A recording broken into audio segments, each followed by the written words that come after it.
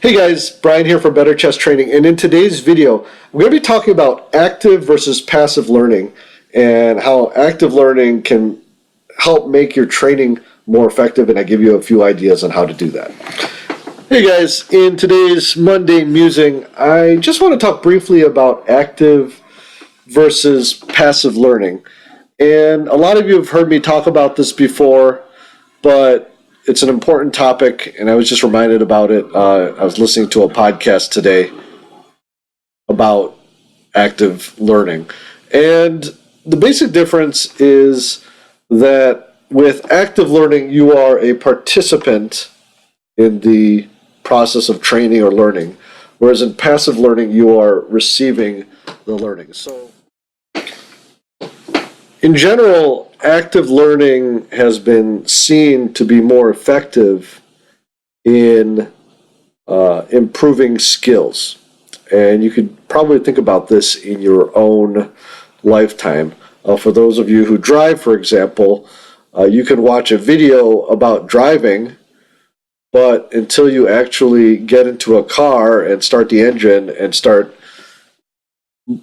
turning the wheel while you're pressing the gas, it's a whole different ball game, and you can't really say that you know how to drive a car until you have done those. And so here's a list of a few ways that you can make your training and study more active. So first off here, we have, in general, anytime you can generate the move. So obviously tactics puzzles would be this. Of course, playing practice games is this way. Any type of quiz, like the puzzles that I do in our videos. When I ask you to come up with the analysis, that's generation of moves. Okay, that is active. Whereas if you watch the video and you don't try to solve the puzzle yourself, that is passive. The active way will help you to get better faster, and you can learn passively, and sometimes that is part of the process.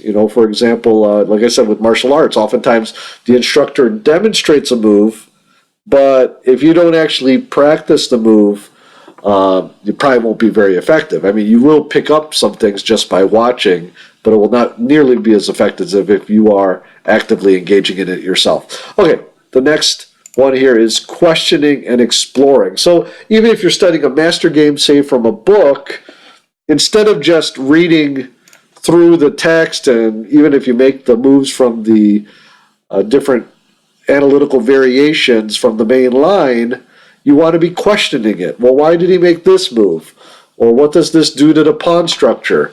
And explore different things, even if it's not in the text. Well, why? Because sometimes the author, and I remember talking to actually Grandmaster Danny Gormley about this. When he was writing his book for Chessable, he got a lot of feedback from the beta testers, me being one of them, that he needed to explain certain concepts. Now, to him, they were very obvious, but to the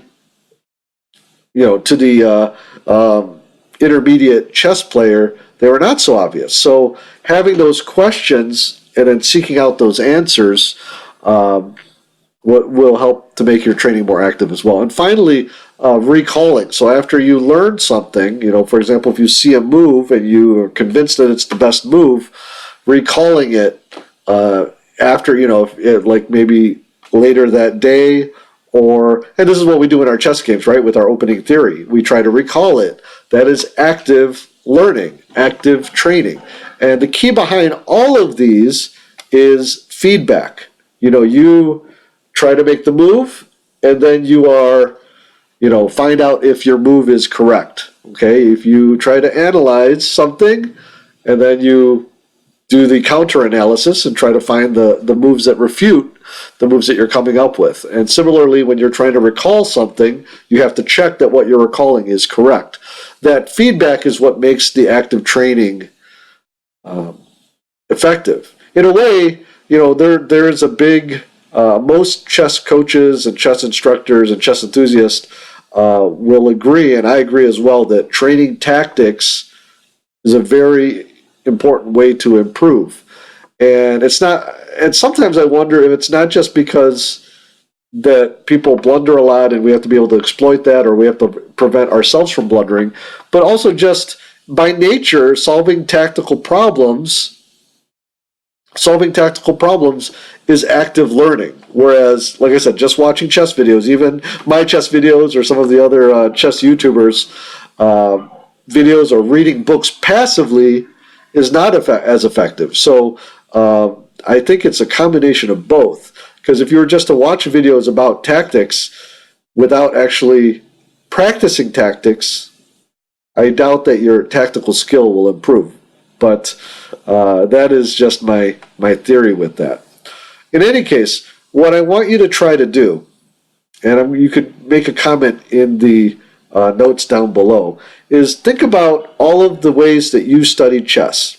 Whether it be studying books, playing against the computer, playing against opponents, solving tactical problems, studying master games, analyzing your own games, and think about how active your study methods are. And if you realize that maybe they aren't as active as possible, like maybe you just read through the books and make the moves, but you don't really think about it and you don't really process it, you don't actively engage in the material, think about how you can do that. And the more you can do that, the more effective I think your training will be. Hey guys, I hope you enjoyed that. Also, I hope you do take up my encouragement to try to make your training as active as possible. I've recently changed around some of my study methods in order to do that myself. In fact, I made a video a while ago about 3 ways that you can, so we're going to be over there, 3 ways that you can make your viewing of YouTube videos for chess more active and thus more effective. So check out that video, and I will see you soon.